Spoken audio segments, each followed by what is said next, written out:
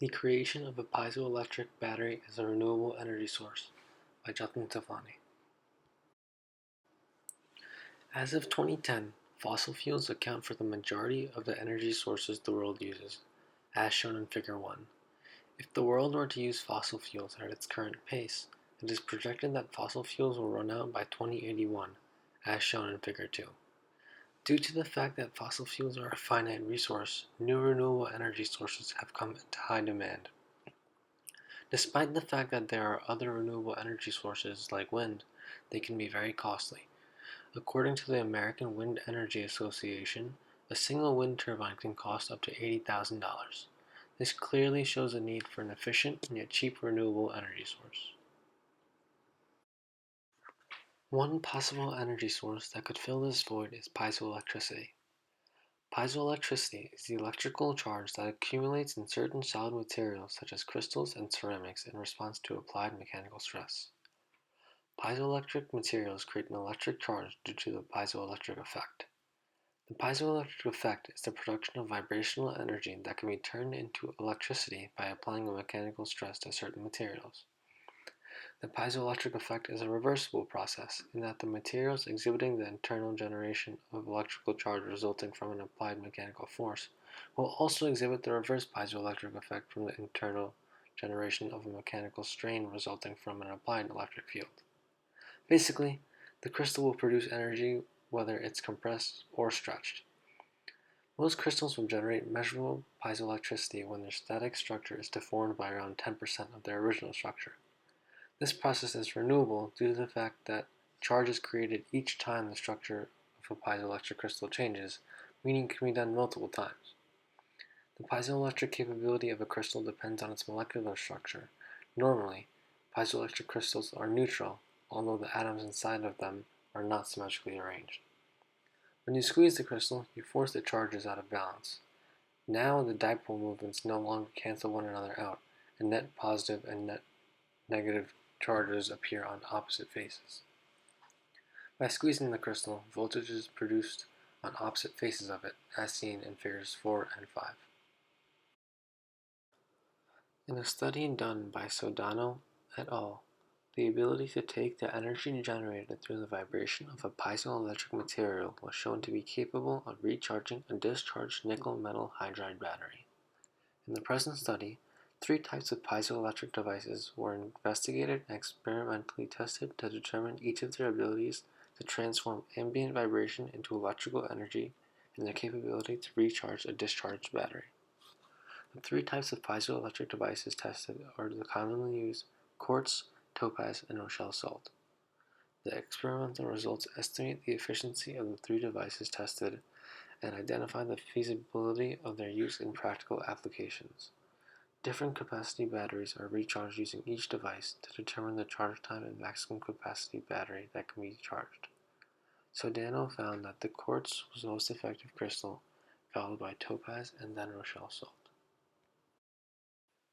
In a study conducted by Ottman et al. In 2002, he found out the amount of energy that his capacitor was able to store, as well as seeing how quickly his battery was able to charge from the piezoelectric generator. Similarly to Sawlani, he found that quartz was the most effective, being able to fully charge the battery in about 6 minutes. Ottman was able to charge the battery faster than Sawlani due to the fact that Ottman used an automated presser while Sawlani had to do it manually. Also, Sawlani was mostly testing for practicality while Ottman was testing for functionality. The hypothesis of this study is that, according to Sawlani et al. In 2004, quartz will be the most effective piezoelectric crystal, then followed by topaz and then Rochelle salt. First, 3 piezoelectric films will be acquired: quartz, topaz, and Rochelle salt. The films are in the form of a disc. Before the actual data collection begins, a pilot study will be conducted to determine whether a series circuit or a parallel circuit is more efficient. To vibrate the piezoelectric films, a fan will be needed. The films will be put into a series circuit or a parallel circuit.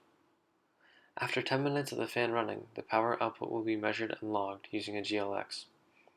Depending on the results of the pilot study, The piezoelectric films will then be put into a series circuit or a parallel circuit.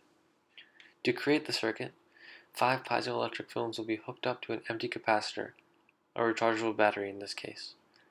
After the connection is secure, the piezoelectric film will be attached to the bottom of a modified sewing machine. This will be further explained in the schematic. Since a piezoelectric generator only creates energy by repeated shifting of its molecular structure, the film must receive a repeated source of pressure. This will be done by modifying a sewing machine to repeatedly press against the films. Each film will have a plastic sheet in between to prevent damage. 3 speeds of pressing will be used: 30 presses per minute, 60 presses per minute, and 120 presses per minute. These speeds represent walking, speed walking, and running, respectively. After the piezoelectric film has turned vibrational energy into electric energy for 5 minutes, it must be tested. In order to find out how much total electrical energy was created, the rechargeable battery will be connected to a multimeter and an LED light. Both current and voltage will be measured, as well as how long the LED light is lit. The total electrical energy created will be determined by using the equation W equals I times V times T, or electrical energy equals current times voltage times time. This will be determined for all 3 types of piezoelectric films, and this procedure will be repeated 50 times per film.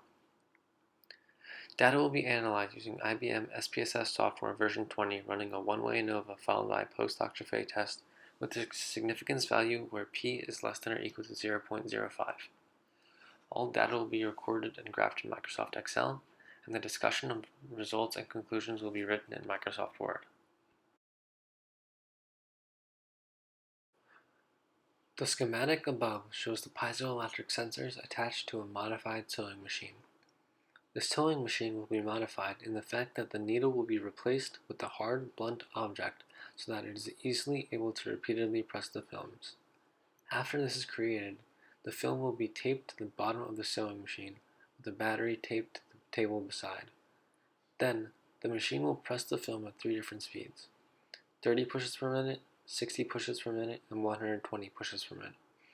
These speeds were chosen because they represent walking, speed walking, and running. These speeds were also chosen in respect to the fact that there is the capability for piezoelectric sensors to be placed on the bottom of shoes to harness energy through everyday motion. This has been implemented in light-up shoes for kids, but never for the purpose of charging a capacitor. The film will generate energy by having its structure compress and stretch each time the machine presses the sensor. Since the machine is pressing the sensor at a constant speed for a relatively long time, any inconsistencies in pushing patterns will show barely any difference. This is my budget. This is my bibliography, and thank you for watching.